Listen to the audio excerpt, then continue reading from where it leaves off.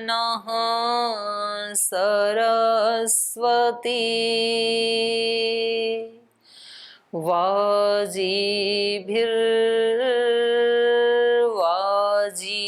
वाजिभिर्वाजिनीवती यज्ञं वष्टु धिया वसु ॐ अग्न आयाहि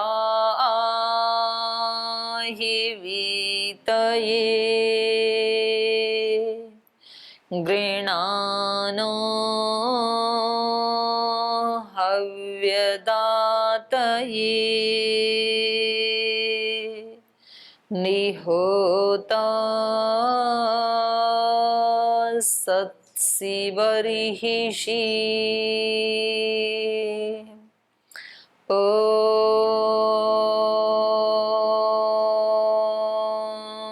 शान्ति शान्ति शान्तिः।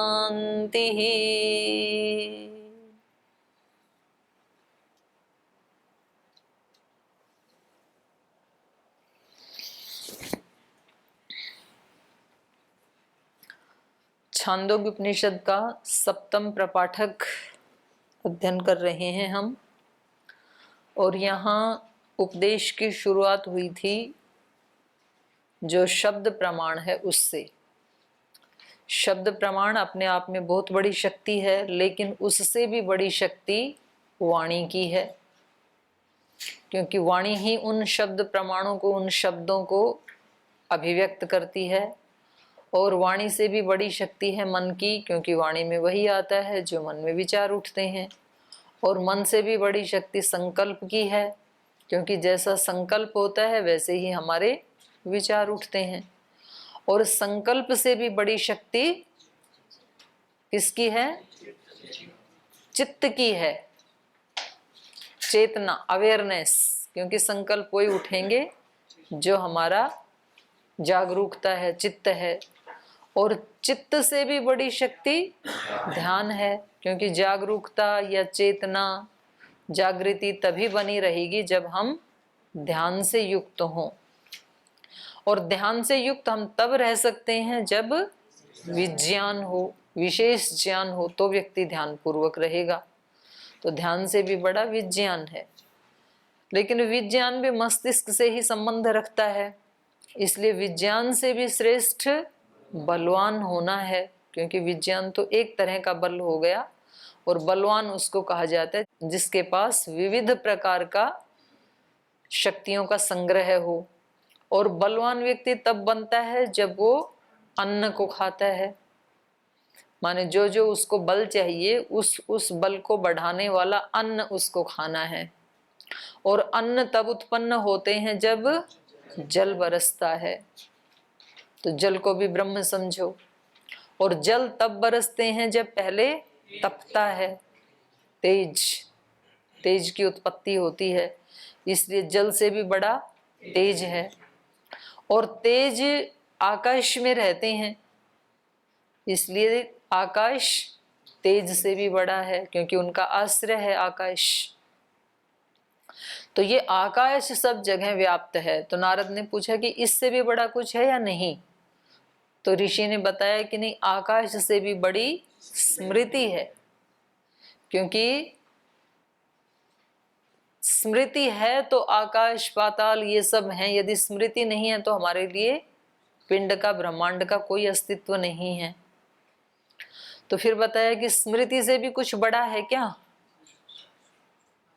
तो उन्होंने कहा कि हाँ, स्मृति तो केवल भूतकाल से संबंध रखती हैं, क्योंकि स्मृतियां भूतकाल की होती हैं। लेकिन आशा का संबंध भविष्य से भी होता है। आशा के बल पे ही व्यक्ति बहुत आगे बढ़ जाता है, सभी कर्म करता है। हारा हुआ व्यक्ति भी खड़ा हो जाता है कुछ करने के लिए, तो वो आशा के बल पे ही खड़ा होता है। तो आशा उससे भी बड़ी है। आशा व्यक्ति के अंदर कब उत्पन्न हो सकती है? जब वो जिंदा हो। तो इसलिए प्राण जो हैं वो आशा से भी बढ़ करके हैं। तो हमारे जीवन का जो मूल आधार है वो कहाँ ला के छोड़ा ऋषि ने? प्राण के ऊपर। और कह रहे हैं कि ये प्राण ही हमारी सब प्रकार से रक्षा करते हैं, माँ की तरह, पिता की तरह, भाई की तरह, बंधु की तरह, सखा की तरह। तो इसलिए इन्होंने बताया था कि ये जो प्राण है ये ही सब कुछ है।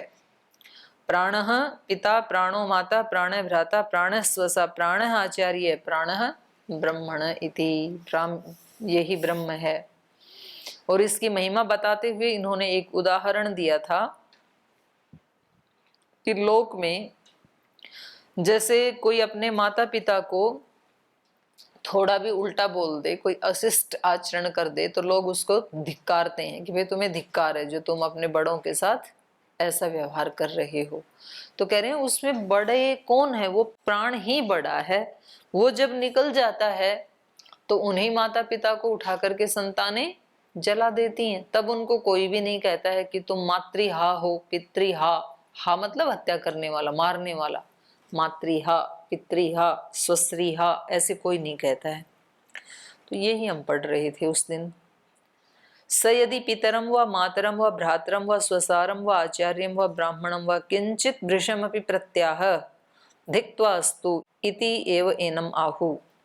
पितृहा वै त्वमसि, मातृहा वै त्वमसि, भ्रातृहा वै त्वमसि, स्वश्रीहा वै त्वमसि, आचार्यहा वै त्वमसि और ब्राह्मणहा वै त्वमसि। तो ब्रह्म का हत्यारा है, तो गुरु का हत्यारा है, क्योंकि तूने अपने गुरु को उल्टा बोल दिया। यहाँ इन्होंने कहा किंचित भृशम अपि प्रत्याह, थोड़ा सा भी उल्टा बोल दे माता पिता को, गुरुजनों को, भाई बहनों को, तो उसको क्या कहा शास्त्र में, उनकी हत्या करने जैसे कहा है। कोई बड़ा भाई है, बड़ा भाई तो पिता के बराबर होता है, बड़ी बहन है तो माँ के बराबर होती है, और माता पिता तो हैं ही माता पिता, गुरुजन तो गुरुजन हैं ही। तो व्यवहार में यदि इनको कोई थोड़ा, और यहाँ तक कि महाभारत में तो ऐसे भी आया है कि यदि आप अपने से बड़ों के सामने उनका नाम लेते हैं या उनको तू कह करके बोलते हैं तो ये उनकी हत्या करने के समान है। तो कभी कभी अनजाने में तो कर देते हैं लोग, उनको पता नहीं है, क्योंकि उन्होंने बेचारों ने ना तो उपनिषद पढ़ी ना महाभारत पढ़ा। तो वो संबोधन ऐसे कर देते हैं मंच पे खड़े होके, परम पूज्य श्रद्धेय वंदनीय, और फिर स्वामी जी का नाम ले देते हैं। श्रद्धेय वंदनीय भी बोल दिया और फिर काम कर दिया। तो वो इंटेंशनली ऐसा नहीं करते, उनको पता नहीं है कि नाम नहीं लिया जाता है। जब अपने बड़े होते हैं ना तो ऐसे ही बोला जाता है। तो इसलिए आपके लिए भी ये ट्रेनिंग है।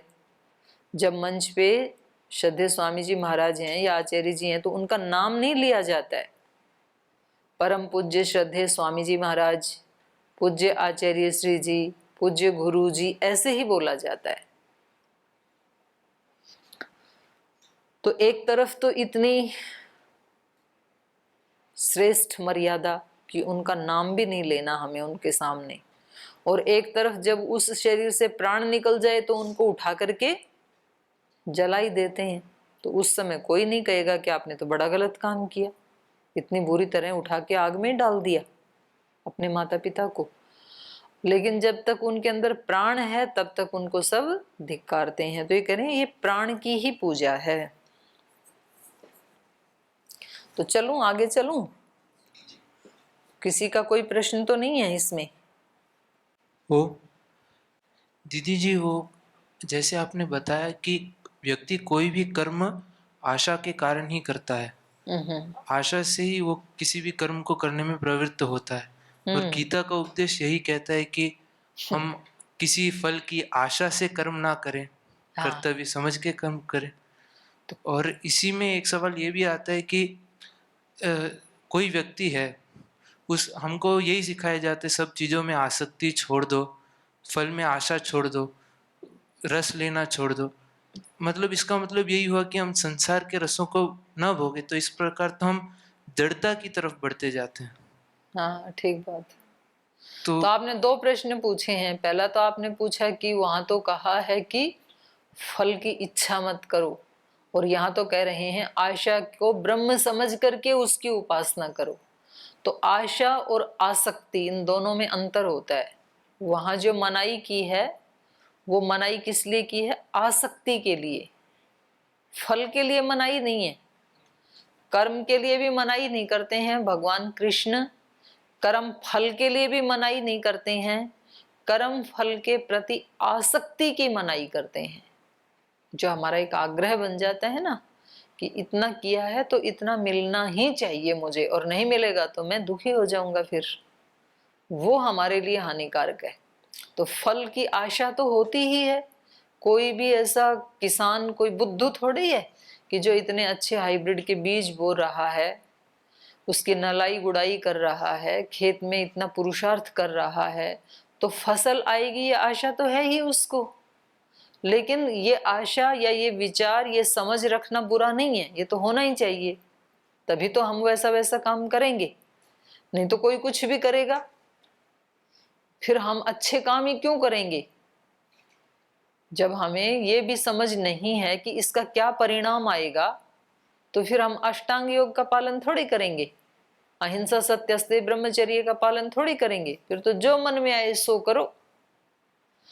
तो वहां कर्म की भी मनाही नहीं है, कर्म के फल की भी मनाही नहीं है। पता ही होता है कर्म करने वाले को कि इसका क्या परिणाम आने वाला है, तभी तो कर्म कर पाएगा वो, और तभी वो बुरे से हट पाएगा और अच्छे वाले में लग पाएगा। लेकिन उस फल के प्रति आसक्ति जो है वो फिर हमें परेशान कर देती है कि मैंने इतने मंत्रों का जाप किया तो अब मुझे इतना फल मिलना चाहिए। वो आपके कथनानुसार या आपके सोचने के अनुसार नहीं मिलने वाला है, वो भगवान की व्यवस्था से मिलने वाला है। तो आपको बस इतना ही विश्वास रखना है एक भगवान के ऊपर कि ईश्वर का जो स्वरूप है वो न्यायकारी है, और वो कभी भी अपने बच्चों के साथ अन्याय नहीं कर सकता है। इसलिए जी तोड़ मेहनत करके जो भी परिणाम भगवान दे मुझे, उसमें मैं राजी हूं। तो फिर व्यक्ति को कष्ट नहीं होगा। और अपने दिमाग से सोचेगा तो, क्योंकि अपना दिमाग अभी सारी चीजों को नहीं जानता है, थोड़ा जानता है, तो उसके अकॉर्डिंग हम कह देते हैं कि ये तो भगवान ने बड़ा मेरे साथ अन्याय किया। न्याय को ही अन्याय कह देते हैं। आपने मेहनत की नहीं थी, और की थी तो इतनी की थी कि जो आपकी शक्ति है उससे कम की थी आपने, पूरी पूरी शक्ति नहीं लगाई थी आपने। तो फिर भगवान ने आपको टॉप के ऊपर नहीं रखा एग्जाम का जब रिजल्ट आया तो आप कहते हो कि ये तो जो पेपर चेक करने वाले हैं उन्होंने अन्याय किया है, ये तो भगवान ने अन्याय किया। अन्याय नहीं किया, न्याय किया है। भगवान ये बताना चाह रहे हैं कि अगली बार और ज्यादा पुरुषार्थ करना, क्योंकि आपके पास बुद्धि तो अच्छी थी लेकिन आपने पुरुषार्थ पूरा नहीं किया था। लेकिन जो दूसरा स्टूडेंट है उसके पास बुद्धि तो सामान्य थी लेकिन उसने तपस्या जी तोड़ की थी, तो उसके ज्यादा आने ही चाहिए, क्यों नहीं आने चाहिए। तो हम कह देते ना जी मेरा माइंड ज्यादा शार्प था और नंबर उसके ज्यादा आ गई, तो कहीं ना कहीं कोई अन्याय हुआ है। कोई अन्याय नहीं हुआ है। प्राय ऐसे होता ही है, खरगोश हार जाता है, कछुआ जीत जाता है। अब खरगोश वहां पर मुकदमा करे, मेरी गति ज्यादा है, इसको कैसे प्राइज मिल सकता है कछुआ को। तो भाई क्योंकि तू बैठ गया था रास्ते में, तूने पूरा पुरुषार्थ किया नहीं ना। और कछुआ की भले ही चाल तो धीमी है लेकिन वो चलता ही रहा था, इसलिए वो जीत गया। तो कोई अन्याय नहीं हुआ, न्याय ही हुआ है। तो वहां जो बात कही है उसका और इस बात का कोई विरोध नहीं है, क्योंकि आशा के बल पे ही तो व्यक्ति, नहीं तो व्यक्ति यूं सोचे कि भाई, और वहां भी कहा ये बात, तो श्लोक में भगवान कृष्ण ने वहां भी कहा अपि चेत सुदुराचारो भजते माम अनन्य भाग। चाहे कोई कितना भी दुराचारी हो लेकिन इस समय जो अनन्य भक्ति कर रहा है मेरी, अब उसने सब छोड़ दिए हैं गलत काम, साधु रेव स मंतव्य, उसको साधु ही मानना चाहिए। तो वहां पर साधु बना नहीं है अभी, माना किसको जाता है? जो अभी बना नहीं है उसी को तो माना जाता है। अगर साधु हो ही गया तो फिर मानना क्या है, वो तो हो ही गया। तो हम कहते हैं कि भाई इसको ना, ये जो बच्चा है इसको आप पास हुआ ही मान लो, इसका मतलब पास अभी हुआ नहीं है, तो वो साधु अभी बना नहीं है।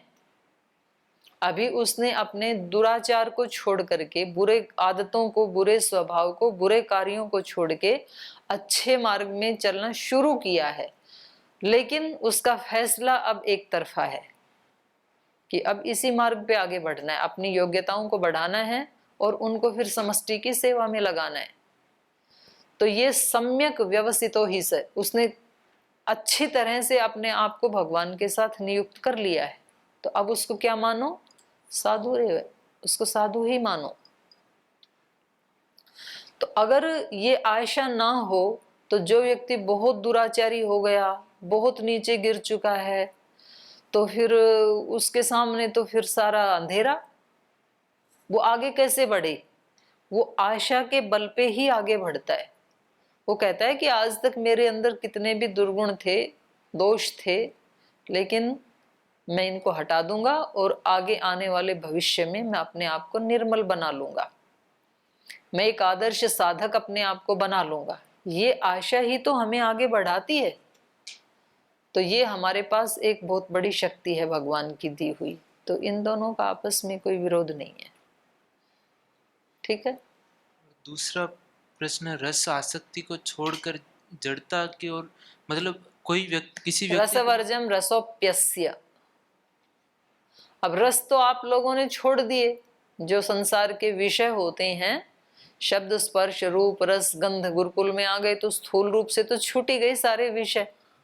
लेकिन उन विषयों के अंदर जो रस दिखाई देता है, जो सुख दिखाई देता है, आसक्ति दिखाई देती है, वो तब जाएगी।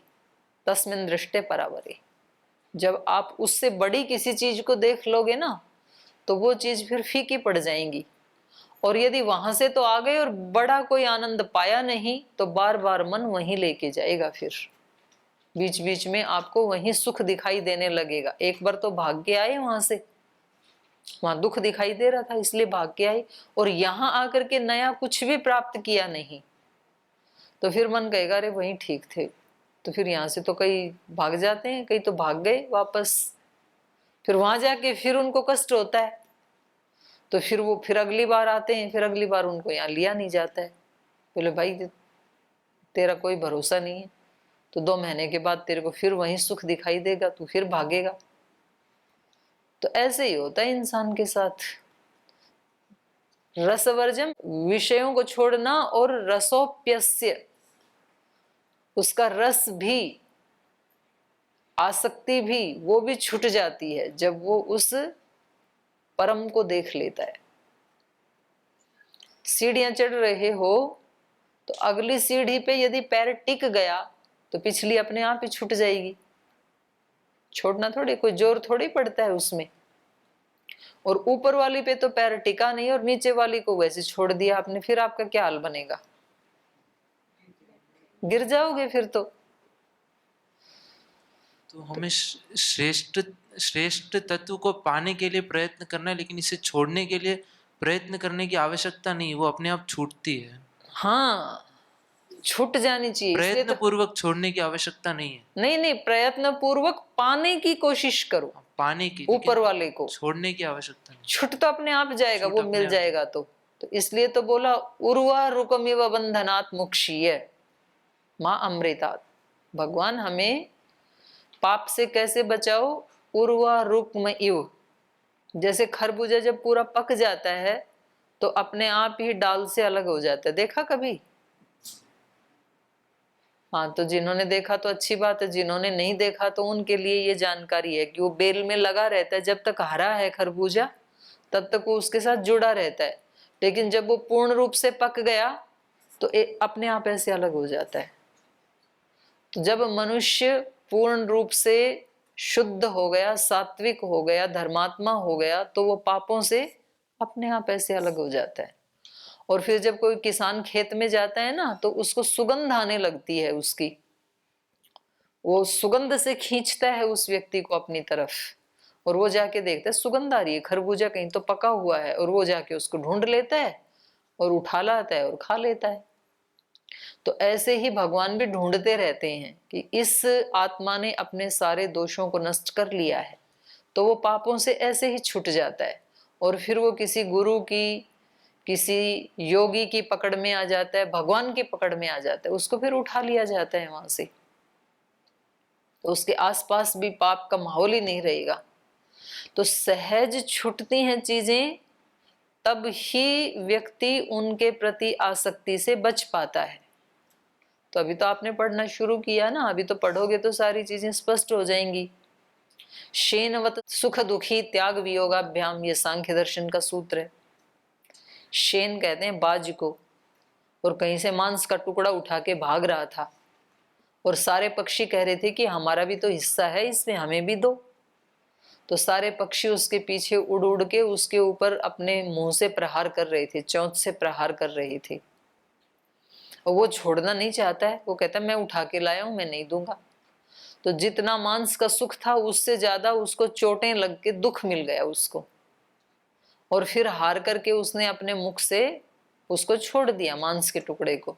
छोड़ते पक्षी उधर चले गए। हम किसी चीज का त्याग करते हैं, उसने जैसे ही शेन ने त्याग कर दिया मांस का, तो दुखों से बच गया। और जब तक उसको ये लग रहा था कि मांस का मेरे से वियोग नहीं होना चाहिए, नहीं छोड़ना चाहता हूं, तब तक वो दुखी हो रहा था। तो हमारे से एक तो चीजों का वियोग हो जाता है, एक तो चीजों का त्याग होता है, दोनों अलग अलग चीजें हैं। आपका संसार से वियोग हो गया, माता पिता से वियोग हो गया, मित्रों से वियोग हो गया, ये आपको दुख देगा। और आपने उनका त्याग कर दिया तब ये सुख देगा। वियोग में दुख होता है, त्याग में सुख होता है। और उनका त्याग होगा कब? जब उनसे भी ज्यादा प्रीति करने वाले कोई मिल जाएं, तो फिर उनको छोड़ना थोड़ी पड़ता है, छूट जाते हैं। बचपन में जिन प्लास्टिक के खिलौनों से खेलते थे वो कहाँ हैं अभी? हैं किसी के घर में रखे हैं? कहाँ चले गए? कहाँ गए बोलो तो? हैं? बोल जी पता ही नहीं है, हमें तो याद ही नहीं है कौन से खिलौने थे, वो कहाँ गए, कुछ नहीं पता। तो उनके लिए कम से कम कष्ट तो मना लो कि जिस गेंद को सिरहाने के नीचे रख करके सोते थे रात को भी, कि कोई मेरी गेंद को छीन ना ले। बहनें अपने डोल को अपने सिरहाने रख के सोती हैं कि कोई छीन ना ले, और अब वो गेंद है नहीं, अब वो डोल है नहीं, तो कम से कम कष्ट ही मना लो कि कहाँ गई इतनी प्यारी चीज थी हमारी। बोल जी उसका क्या कष्ट, वो प्लास्टिक के थे, उससे तो अच्छे अच्छे खिलौने मिल गए। वो तो नकली वाली बाइक थी जो चलाते थे, छोटी सी खिलौने वाली, अब तो असली वाली मिल गई। तो असली वाली बाइक मिलने पे नकली वाली के लिए आंसू बहाता है कोई? कभी नहीं बहाते हैं। बोले वो तो छला हुआ था, वो कोई बाइक थोड़ी थी, उस पर सवारी थोड़ी कर सकते थे, अब तो असली वाली मिल गई। तो जब हमें ये शास्त्र पढ़ के इनका जो अर्थ है इसकी अनुभूति अपने अंदर हो जाती है, एक छोटे से अंश की भी हो जाती है, संसार के विषय बिल्कुल फीके पड़ जाते हैं, छोड़ने नहीं पड़ते, छूट जाते हैं। व्यक्ति को कोई करोड़ रुपए देकर के भी वो विषय उपलब्ध करवाना चाहे तो भी ये व्यक्ति ठोकर मार देगा, जिसने इसका आनंद चख लिया है तो, और नहीं तो फिसल जाएगा। दोनों ही स्थिति हैं। अगर आगे वाला नहीं मिला तो निश्चित रूप से, इसलिए कई बार देखा कि जो गुरुकुल में रहने वाले जो ब्रह्मचारी हैं या जो ब्रह्मचारिणी हैं, उनको जब घर भेजते हैं ना, तो वो उन लोगों से भी ज्यादा फैशन करते हैं जो घरों में रहने वाले हैं। वो उन लोगों से भी ज्यादा पानी पूरी, पिज्जा, बर्गर सब गंदगी खाते हैं, क्योंकि उन्होंने उसके बुराई को सोच करके और सात्विक आहार की सच्चाई को समझ करके वो खाना नहीं खाया था, बल्कि उनको बता दिया कि भाई गुरुकुल में ये चीजें नहीं मिलेंगी। तो आकर्षण बना रहा उनके प्रति, इसलिए बाहर जाते ही पहला काम वो ही करते हैं। और जब ये सोच लिया, उसको अंदर से पता लग गया कि इसमें कोई प्रोटीन नहीं, कोई विटामिन नहीं, और बल्कि एसिडिटी और बढ़ाते हैं, और बल्कि किसी के गंदे हाथ से पता नहीं कौन सा वायरस आ जाए, पेट को भी खराब करेगा, मेरे पूरे उसको ही खराब कर देगा, शरीर को ही, वो कभी भी नहीं पिएंगे। उनके लिए आप रेहड़ी भी सजा भी दोगे ना तो बोलने ये नहीं, कोई फल की कोई रेहड़ी है तो बताओ, हम फल खाएंगे। तो एक व्यक्ति ने त्याग किया है अपनी समझ से, उसका उसको दुख नहीं होगा। एक व्यक्ति से वियोग करवा दिया गया उसका जबरदस्ती। तो ऐसे होता है, ये चीजें छोड़नी नहीं पड़ती हैं, चीजें तो छूट जाती हैं। तो ये तो आप दूसरे प्रसंग की तरफ लेके गए। चलो अब उपनिषद में आ जाते हैं। प्राण की महिमा बता रहे हैं ऋषि हमें, इसी को ही बता रहे हैं। अगले 3 नंबर मंत्र में बता रहे हैं, अथ यद्यपि एनान उत्क्रांत प्राणान शूलेन समासम व्यतिशम दहेत न एवं एनम ब्रूयुः पितृहा असि इति न मातृहा असि इति न भ्रातृहा असि इति न स्वस्त्रीहा असि इति न आचार्यहा असि इति न ब्रह्मणहा असि इति। और कह रहे हैं कि जब ये जीवित माता पिता या गुरुजनों का अपमान करता है तो सब इसको धिक्कारते हैं कि आप तो इनके हत्यारे हो, गुरु हत्यारे हो, माता के हत्यारे हो, पिता के हत्यारे हो, बहन के हत्यारे हो। अथ यद्यपि एनान उत्क्रांत प्राणान, और जब इन प्राणों का उत्क्रांत हो जाता है, ये जब निकल रहे हैं शरीर से, ये जब चले गए हैं, तब शूलेन समासम, शूल वो लकड़ी के ऊपर एक वो बांध लेते हैं स्मशान घाट में जब जाते हैं तो वो इधर उधर अग्नि बिखरती है ना, तो फिर उसको ऐसे इकट्ठा करते हैं कि पिता कहीं थोड़ा सा भी बिना जला ना बच जाए, पूरा का पूरा भस्म हो जाना चाहिए। और फिर एक बांस रखते हैं हाथ में, सब तो अंग प्रत्यंग जल जाते हैं, ये थोड़ा मजबूत है, सिर पे जलता नहीं है। तो नहीं जले तो इसमें ये खतरा रहता है कि कुछ तांत्रिक उठा ले जाएंगे इसको, मनुष्य की खोपड़ी को, और फिर उसका वो जो भी दुरुपयोग करेंगे। तो कहते हैं नहीं, इस सिर को छोड़ना नहीं है, तो इधर इसको चोट मारते हैं फिर जोर से, तो उसके 2 भाग हो जाते हैं, खुल जाता है सिर, तो फिर जल जाता है आसानी से। बताओ, जिन बच्चों के लिए इतनी खुशियां मनाई पैदा होने पर, बैंड बाजे बजाए गए, गीत गाए गए, दान दहेज दिया गया, वो ही पुत्र आज पिता के सिर को खोल दे रहा है बांस मार करके। लेकिन कोई भी उसको ये नहीं कहता है कि तुम पिता के हत्यारे हो।